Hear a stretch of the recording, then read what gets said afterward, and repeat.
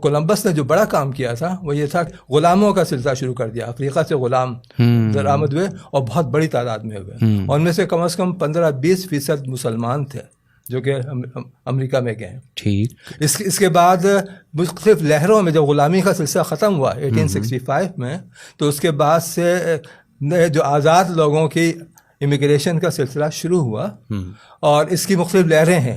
ٹھیک ہے. تو اس وقت جو چل رہی ہے تازہ ترین ہم کہہ سکتے ہیں یہ 5ویں لہر ہے.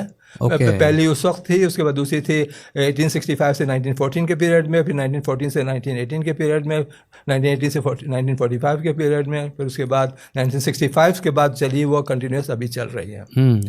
لیکن اس میں جو میں ذکر کر رہا ہوں کہ مسلمان کولمبس سے پہلے گئے ہوئے تھے اور یہ دوسرے لوگ بھی اس سے پہلے موجود تھے, یہ فخر کے لیے نہیں بلکہ عبرت کے لیے ہے.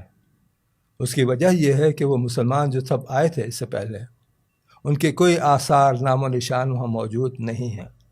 تاریخ میں لکھا ملتا ہے کہ جناب یہاں پر آئے تھے مسلمان, انہوں نے 1915 میں ایک مسجد بنائی تھی, 1918 میں یہ مسجد بنائی تھی. اب وہ مسجدیں آباد نہیں ہیں, ان مسلمانوں کی نسلیں آباد نہیں ہیں. 40 سال پہلے یہ واقعہ ہوا تھا کہ مجھے شوق ہوا کہ اس علاقے میں جاؤں. شمالی کیلیفورنیا میں ایک علاقہ ہے, اس کا نام لوڈائی ہے. وہاں پہ ان علاقوں سے مسلمان کاشتکار گئے تھے جو بعد میں پاکستان میں شامل ہوئے. 1914 وغیرہ میں گئے تھے, اس سے پاکستان تو نہیں تھا, لیکن جن علاقوں سے گئے تھے وہ تھا جو کہ بعد میں پاکستان میں شامل ہوئے, وہ پنجابی کسان تھے. ٹھیک. تو مجھے شوق ہوا کہ میں جا کے دیکھوں لوڈائی میں کہ اب ان کی نسلوں کا اولادوں کا کیا حال ہے.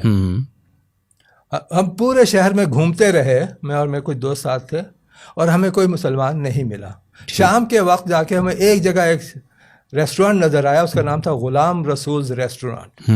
تو ہم خوش ہوئے کہ ہم نے دریافت کر لیا. ہم ریسٹورینٹ میں گئے, وہاں پہ ایک میکسیکن آدمی کھڑا ہوا تھا. اس نے کہا میں ہی اس کا اونر ہوں, میرا نام غلام رسول ہے. اور اس نے بتایا کہ اس کا باپ جو تھا وہ مسلمان تھا. اوکے. اور وہ ان علاقوں سے آیا تھا جو کہ پنجاب کے علاقے ہیں. ٹھیک ہے. اس کے 6 بھائی تھے, ایک بھی مسلمان نہیں تھا. مختلف مذہبوں میں چلے گئے اور مسلمان ان میں سے ایک بھی نہیں رہا. اس اسلام کی صرف اتنی چیز اس کے اندر باقی تھی کہ وہ اپنے ریسٹورینٹ میں سور کا گوشت نہیں بیچتا. صحیح. اس کے علاوہ اسلام کی کوئی چیز وہاں پہ باقی نہیں تھی.